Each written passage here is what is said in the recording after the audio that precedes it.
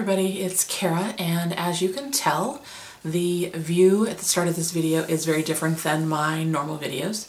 Normally, you are looking at my hands and whatever I'm going to be talking to you about. And this time is different, of course, because you are looking at my face and the background of part of my craft room. I decided today I was going to be brave and do a face-to-face intro. So I am closed up in my craft room. I have a window to this direction, so I'm just using natural light, and it is a little overcast, so I apologize for that, but I look a little better when the light is dim. You guys probably understand, right? So as you can tell, I'm obviously not comfortable doing face-to-face videos, and that's part of the reason I'm doing it today. So what really made me think about doing this was my little one book July challenge or project that I'm doing, and that's what we're going to talk about later on in the video. But this little challenge was supposed to be about kind of establishing a routine, getting into a habit of watercoloring, you know, things like that. And although I've only done it for about a week, what it's really kind of encouraged me to do is be just a little bit braver than normal. So for me, one of the things that means is that I'm posting pictures on Instagram every single day of the little things that I create in this little journal that I showed you guys in an earlier video. And I'm posting them even if I don't like them, even if I think they're horrible, which the first one I posted today I thought was horrible, and I still posted it, and then I tried again. So it's turned into something that's kind of encouraging me to be a little bit braver. And I have always admired people who can do face-to-face videos on YouTube, people like Romany and Miss Vicky B and lots of others that I like to watch. And they seem so comfortable and so at ease doing it, and I am so not, that I decided I was going to start doing it until I get to where I'm comfortable with it. And that basically for me comes down to just not really caring what anybody thinks about the way I look. I don't know what it is for everybody else, but that's what it is for me. I don't like putting my face out there. It just is what it is. I'm sure a lot of you can understand, but I am determined that I'm going to do it more often. So while the rest of the video is going to be all about One Book July and what I've been doing here, and I'm going to show you another watercolor journal that I've started and a new watercolor toy that I picked up today, I wanted to also put out there that I would like to do another question and answer video for you guys, assuming there's enough interest. So leave questions down below for me, or send them to me, you know, privately if you'd like, depending on what they are, and I will put them together and do another face-to-face video answering all those questions, again, assuming I have enough to do it. I'll try and do that in the next, you know, week or two, depending on what life brings. So that's basically it. I want to thank you guys for taking the time to listen to my ramble, and now I'm going to get down to showing you my little creations and what I've been doing. Okay guys, so here is the little journal. This is that little watercolor journal I got from the Speckled Cat. It is 1.5 by 2.5 inches in size. It's pretty little painted leather, hand-stitched little signatures, and I think it has 48 pages in it if I remember correctly. The paper in it is Arches 140 pound, I think. And this is the first little picture I painted. Obviously meant to be, well, hopefully obviously meant to be mountains, little scenery picture, some water at the base, sunny kind of sunsetty-ish sky in the background. I actually painted this using those 3 little new handmade watercolors that I had received, and found that they moved really well and I really liked it. So then the next time I used Jane Davenport paint to create a galaxy. This is, of course, my first attempt, so it's not bad. I'm probably going to be playing around with that in my larger watercolor journal here soon, because I found I really liked it, but I need to figure out, I need to learn how to manipulate the paint and control the paint a little bit better. So, but still pretty. And then I had my little cherry blossom tree. That's also something I'm going to do a bigger one of. And then I had my flag for the 4th of July. And next I practiced a couple techniques. And I started doing that because of some videos I've been watching, which I'll talk about here in just a minute.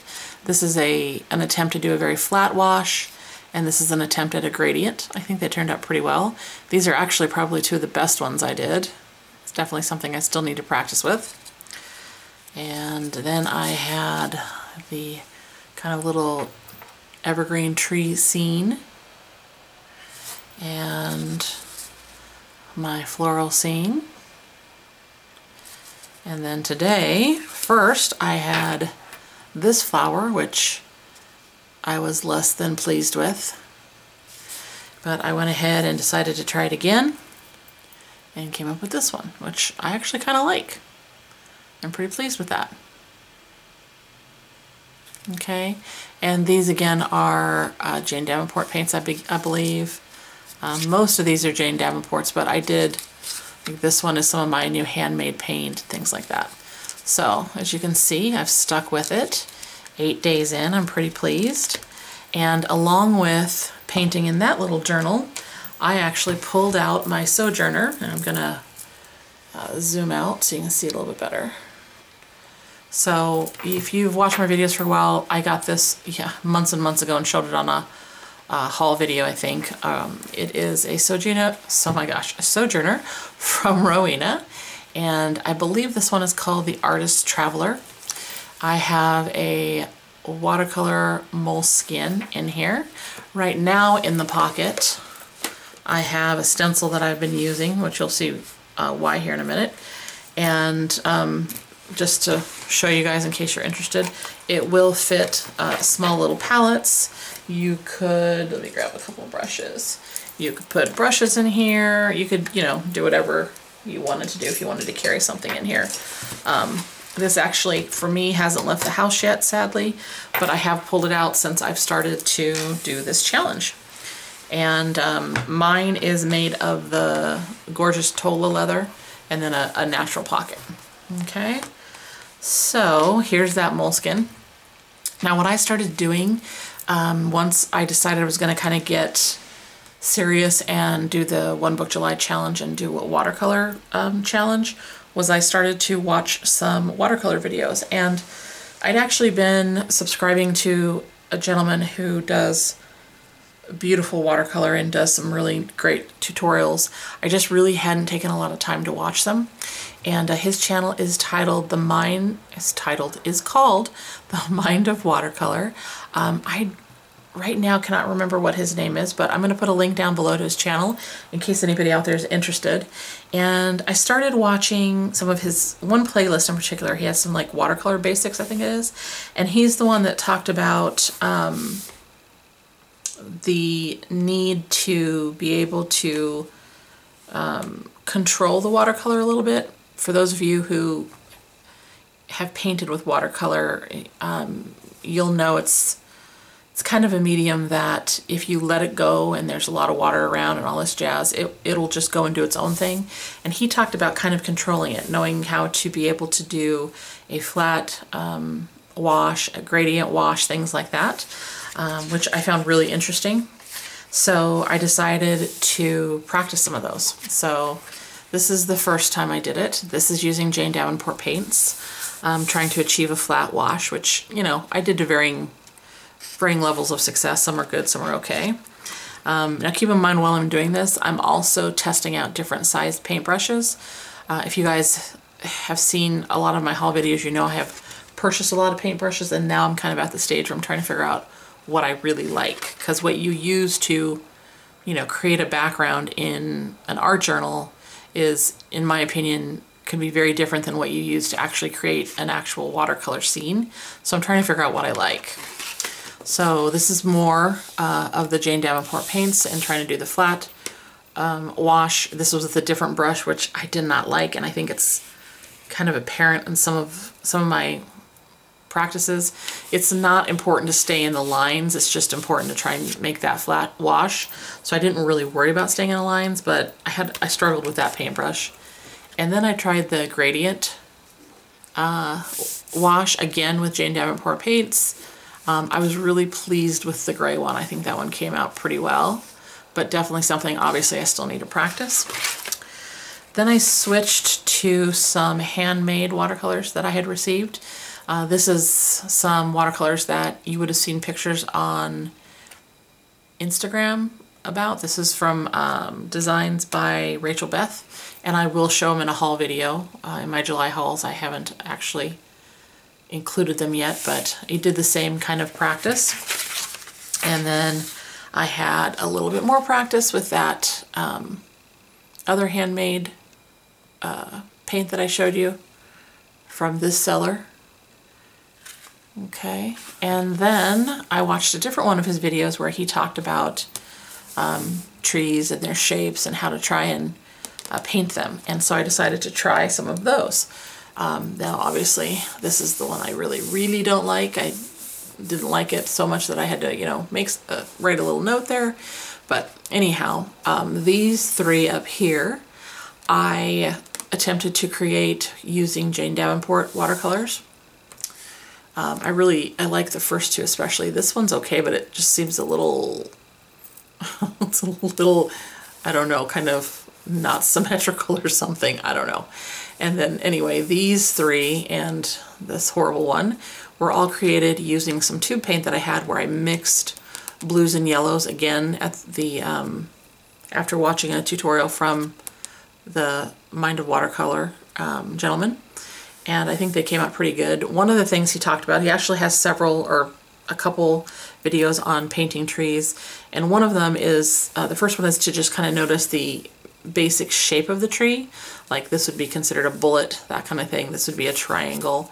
And that when you're out and about and actually in nature and looking at things, you should just kind of notice the shape.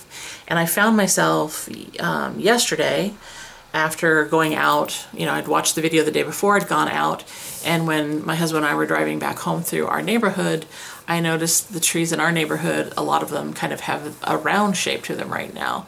And so I actually painted this one. This one's from our neighborhood, and I'm pretty pleased with the way it came out. So there are my trees, and I think that is all I've done so far in here. Yeah, that's it. But I'm really, you know, having a good time. I'm enjoying it, and I'm starting to feel like this One Book July challenge might really kind of have started me or motivated me to, you know, really, I don't want to say get serious, but really start to kind of dig in and watercolor, which is something I'd been wanting to do for a long time. If you guys have been watching my videos, you've probably heard me talk about it for a long time, but now I feel like I'm actually doing it. So the other thing that I picked up, I bought at a local art store here in town, Blaine's, for those of you who are in Anchorage or have access to Anchorage, came in this little box, and it was something I'd been looking for online for quite a while. I couldn't find one that I could find decent shipping on, and so I was really hoping Blaine's would have one, and they did. This is a porcelain palette, and obviously it has various little sections or wells or whatever you want to call them, and I'm super pleased to find it. It's gonna have a little place on my desk. I already cleared a spot for it where I'm going to use it and hopefully get better and better at watercoloring. I'm not sure exactly which way I'm going to go as far as what I'm going to want to watercolor, but I definitely want to learn and get a little bit better at it.